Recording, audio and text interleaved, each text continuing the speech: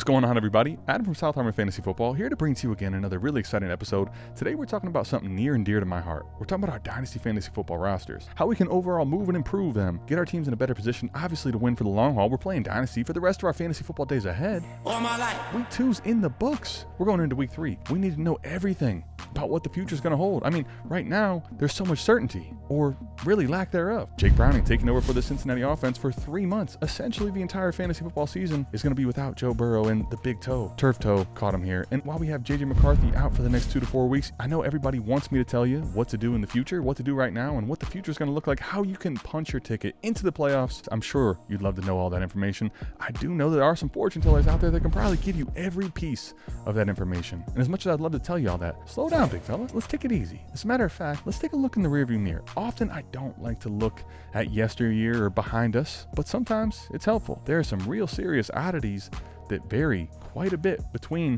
2024 and 2025. See, the thing is, you can't make a money move if you don't know what the money says and what the market's telling you about the money. What is the economy? Now, when we take a look at 2024, there are so many things that are different. For the first 2 weeks, there was a laundry list of players that have been hurt, injured, and some of them, a ton of them, on IR, likely to miss a significant amount of time. And here in 2025, I'm not telling you that we've had a complete full bill of health. We obviously have the quarterback injury, Joe Burrow, JJ McCarthy, as we touched on before. Brock Purdy's already missed a week, and we have Jaden Daniels now dealing with this nagging injury. We get to the skill players now. Jaden Reed currently in the hospital getting surgery on this collarbone injury. He says, but we turned, bruh. Okay. We going all the fucking way, bruh. Okay, that's it.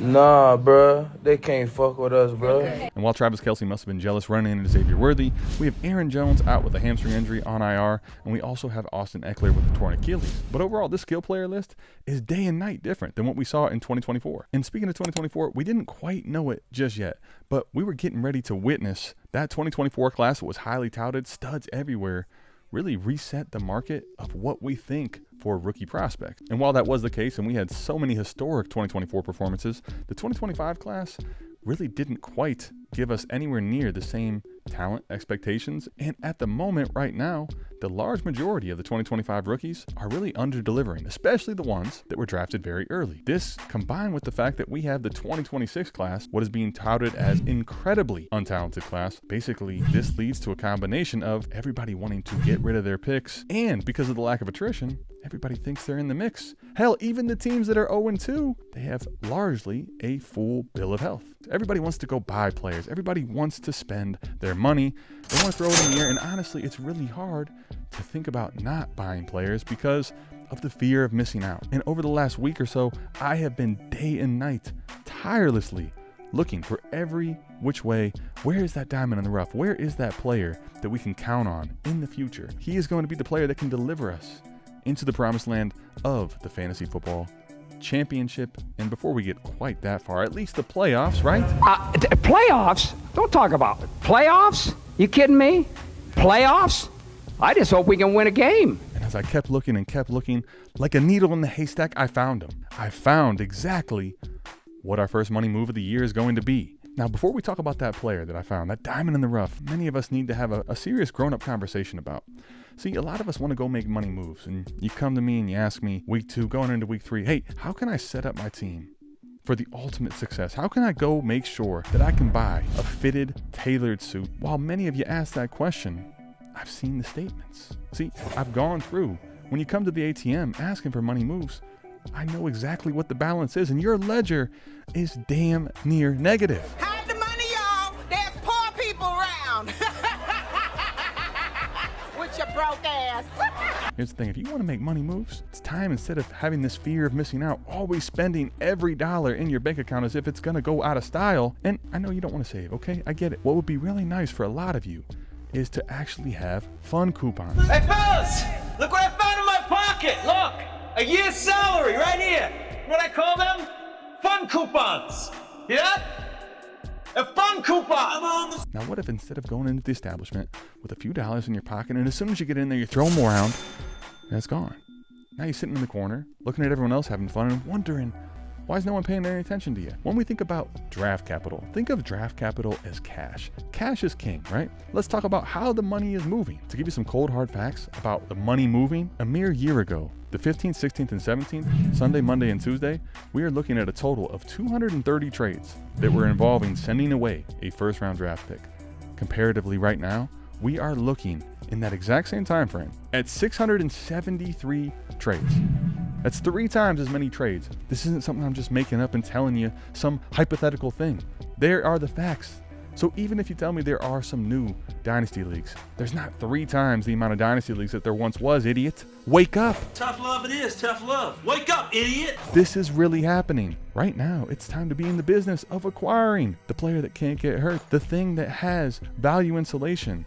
But right now, we need to get our phone coupons up. It's time that you stop being broke. Stop being cheap. It's time to learn what it's like to actually have the money to make the moves with. And for those of you that are scaredy cats, right? You're not really willing to send players away that have first round value. You want to kind of dip your toes in. It's not like the second round picks are all of a sudden people are holding on to those. And here's how you know people are really wilding out. The money really starts to smell funny when you do this. Sending away a first and a second round pick. A mere year ago, there was 41 trades over that same time frame. Right now, we're looking at 140 times. So that is over 3x. We're nearly at 4x. People are willing to send their first, their second, their first and their second, and their first and second born. Oh, I'd give anything to go to that show. I saw my firstborn son. And for our first Dynasty Money move of the year, we're going to be talking about Harold Fannin Jr. He definitely looks to be legit, looking every bit of the part of a young stud tight end. Currently right now, he is inside of the top 10. All tight ends right now as far as overall targets going his way. But also when you take a look at the top 12, there's David Njoku. Both of them earning double-digit targets when you take a look at weeks 1 and week 2 combined.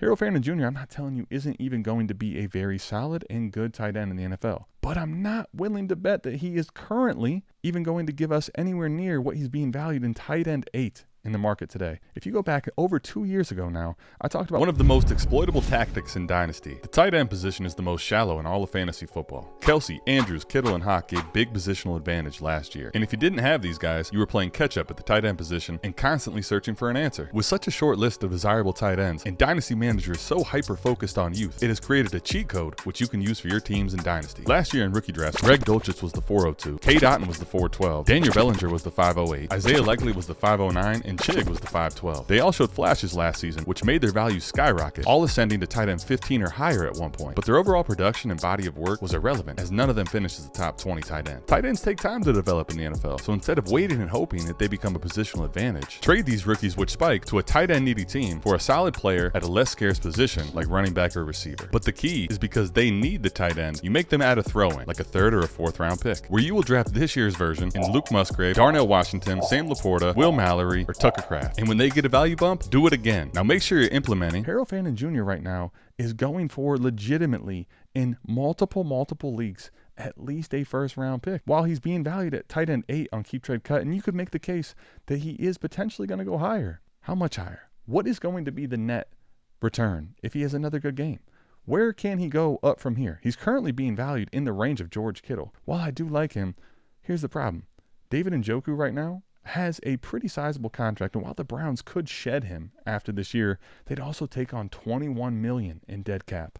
The reality probably is that David Njoku isn't going anywhere on this Cleveland roster for the next 2 seasons. And right now, there's a very good chance that while Harold Fannin Jr. is showing a lot of promise, he's not going to live up to the production anywhere near what we would need him to be, even in a heavy tight end premium. When you take a look at WARP, Harold Fannin Jr. is unlikely to be a top 5 difference maker at the position over the next 2 years. And while his dynasty market may rise slightly past here, we're already at a peak pivot point. And the reality is, over the next 2 seasons, if David Njoku and Harold Fannin, they start to kind of cannibalize each other's targets, if you will, Harold Fannin Jr.'s price may actually come down slightly before we even get to the fact that you don't need to have an elite tight end to win a fantasy football championship. Right now, Harold Fannin Jr. has been moved for a 26th first and a 2nd round pick. Not just a first, but a first and a second. Now, one of the easiest ways to just simply shed the value of Harold Fannin Jr. and get back a tight end that maybe isn't quite going to give you the same level of production, but might give you the exact same and potentially actually outscore and produce Harold Fannin for the first year of his rookie season, if not his sophomore year as well. What if you could get a first with return of Jonnu Smith, or a first with Hunter Henry, or a first with Evan Ingram. Even if you think those guys are basically written off as to no value, they're at least a 4th or a 3rd round pick. I will take a 1st and a 3rd, or a 1st and a 4th, especially when it's a tight end that I can put in kind of a plug and place for my Harold Fannin loss. All those returns are way too easy, because if I can simply just get a 1st round draft pick for my Harold Fannin Jr., now that's a money move. When it comes to stacking up fun coupons, other players right now that are going for a 1st round pick, that I'm simply just making that swap, getting into something that's liquid, because cash is king as I stack up these fun coupons. Quentin Johnson has gone for a 1st in multiple leagues, as well as Tucker Kraft. And even though right now Jaden Reed is out and there's an opportunity for Tucker Kraft to really take a sizable leap at the tight end position, I'm willing to bet against Tucker Kraft in the range of anything near a future 1st round pick. If I can just store that liquidity, fun coupons to the moon, so that we can make money moves when it matters most. All right. So you won't listen to me, right? You won't sell Harold Fannin. You definitely won't sell Tucker Kraft. All of a sudden, Quentin Johnson is him again. Let's talk about dipping your toes in the water. What about 2nd round picks? Jake Browning for a 2nd. Russell Wilson for a 2nd. How about Jake Ferguson or Brenton Strage? If you have extra tight ends and excess tight ends, you want to hold on to Tucker Kraft or Harold Fannin, you just won't listen to me, you want to believe in this roller coaster, fine. I mean, I'll be honest, I had to do my homework on this one. I saw Aaron Rodgers go for 2 seconds and I had to know who the person was. Listen, I'm not going to name and shame, all right? It's not one of ours. Some shithead out there, though, just throwing their money around for Aaron Rodgers. I mean, Aaron Rodgers has changed the whole family. What do you think he's going to do with you? Now, here's the thing. If you don't have a Jake Browning, you don't have a Russell Wilson, you don't have a Aaron Rodgers, it's time to talk about how you can actually start to print some money, right?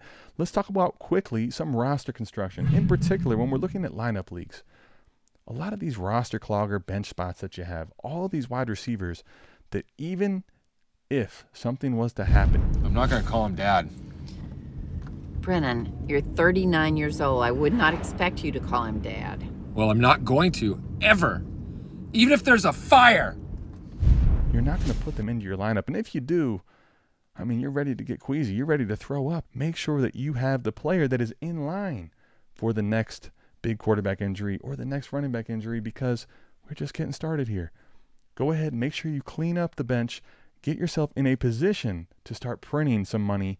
3rd and 2nd round picks can be yours, and those, they're going to help you stack those fun coupons. Adam, but here's the thing. I need to at least have just one crusty Dynasty buy. Come on, give me something to go buy. Listen, I told myself that I wasn't going to let you get away with this, all right?